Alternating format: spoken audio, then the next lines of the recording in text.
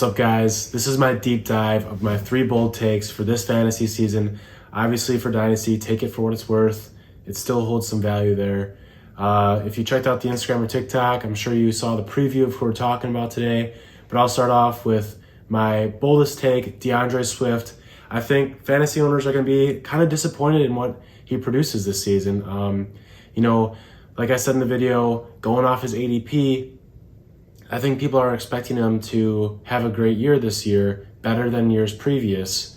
Being drafted 8th overall in redraft leagues, it's a little bit telling of people's expected value this year.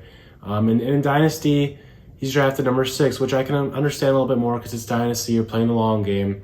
But this year, I think he's going to have at least the same year as last season, if not a little bit of a backpedal, just kind of looking over what he's done in the past. 2020, he was 18th in total fantasy points, 19th average. And last year, he was 15th in total fantasy points and 10th average.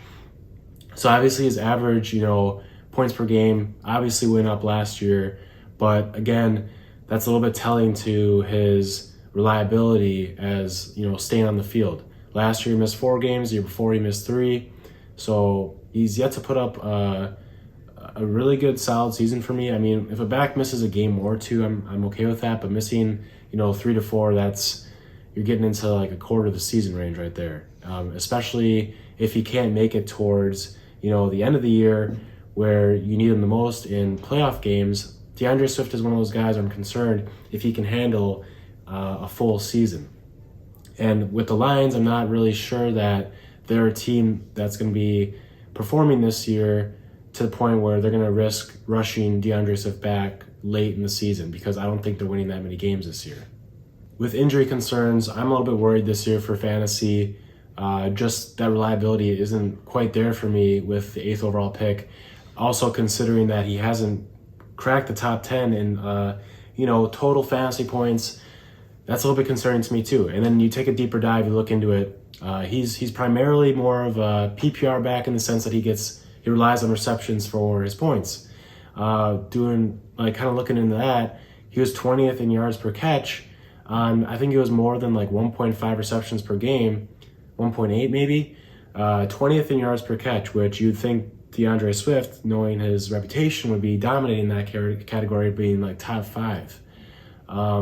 So there's that, and then he's got kind of a low yards per carry. He really isn't the greatest rusher.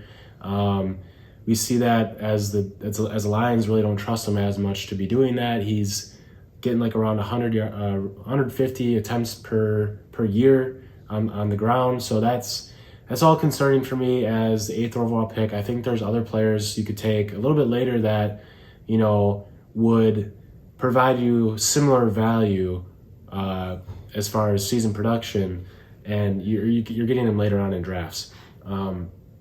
Again, Dynasty is a little bit different because you're playing the long game and he's still young. He still has time to have more improvement, but this season I'm just not really expecting much with everything considered. That kind of plays into my second player with Josh Jacobs, a player that's going, about 10 to 13 running backs later, and I'm thinking he's probably going to have similar production. Maybe a little bit better, maybe a little bit worse this year. In redrafts, he's going 21st. Notable mention, he's going behind Cam Akers. I don't know how that's possible, but that is happening in redraft leagues. And 23rd in Dynasty. Both great value picks because, Josh Jacobs is 24. He's only had 3 years of experience. That's the same age as Najee Harris. I know, age kind of plays into it, but also, tread on the tires. So yeah, looking at the stats for the past 2 years, Josh Jacobs has finished 8th and 11th in total points for fantasy out of running backs. It's pretty good, pretty reliable there. 2020 was 8th, 2021 was 11th. So there's been a little bit of a decline there, but that's just seasonal, variance. Okay. 2020 he was 14th in average points per game and 18th in average points per game in 2021. So in that RB2 tier consistently the past 2 years now. I don't see any reason for that to change. I think, this year people are concerned maybe the addition of Devontae Adams is going to pull away from Josh Jacobs' performance and his, overall inclusion in the offense. But I think, Devontae Adams, he might take away, some touches from Josh Jacobs, but I do think that he will also, improve the offense's overall efficiency and their ability to stay on the field so that Josh Jacobs can have more efficient carries, more efficient receptions, and ultimately, hopefully, more scoring opportunities. I think Josh Jacobs will be a very big red zone target for the Las Vegas Raiders this season because they do have the threat in Devontae Adams and Darren Waller also in the red zone. I think that'll open up very nice plays for Josh Jacobs to have, getting into the end zone when the defense doesn't know who to cover. Obviously his low yards per carry, his whole career actually has been concerning. They're not crazy, but I do feel like it has been a result of the kind of system he's been in and, just the lack of efficiency that the Raiders offense has had over the years. It's been really frustrating for me as a fantasy owner to watch the Raiders play. I've had Darren Waller, I've had Henry Ruggs, I know he's out of the league now.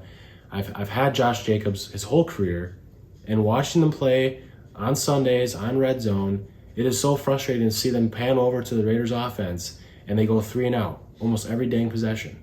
And it's like, what the heck? Can we put together a dang drive so that Josh Jacobs can get some points and not just some garbage rushes on third down where he's not getting anywhere? It's frustrating. So this year, I think, new coach, the addition of Devontae Adams, hopefully giving Derek Carr some better options to throw to. They still got Hunter Renfrow, they got Darren Waller. I think Josh Jacobs will finally have an efficient running season this year. I'm projecting him to get around 1,000 yards rushing. As far as receiving is concerned, I think he'll probably get right around 50 receptions like he did last year. Probably 50 to 60 range. Just because of that efficient offense that they got going now.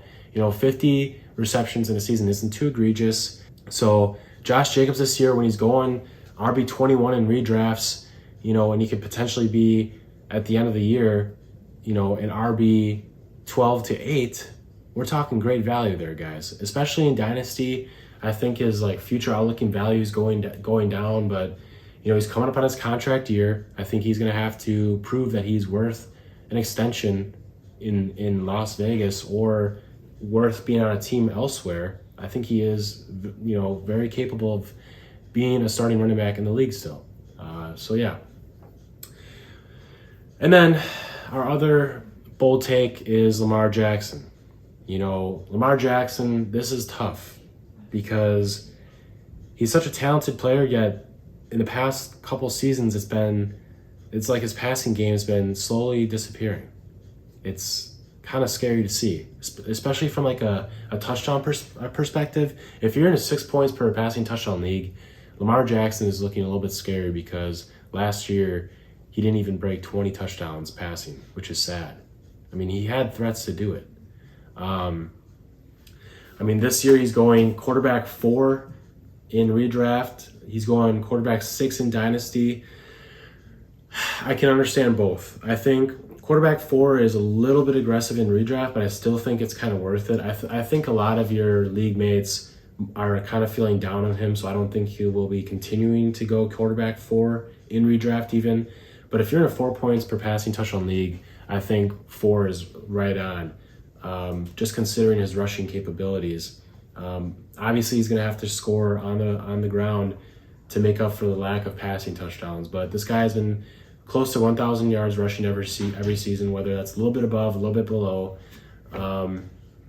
This year, I think he's going to have to get it done on the ground, seeing as he lost Marquise Brown, his number one receiving target outside of Mark Andrews. I know Rashad Bateman is there to fill in the gaps a little bit, but there still is a little bit of uncertainty with Rashad Bateman, considering he hasn't really played a whole lot of NFL snaps.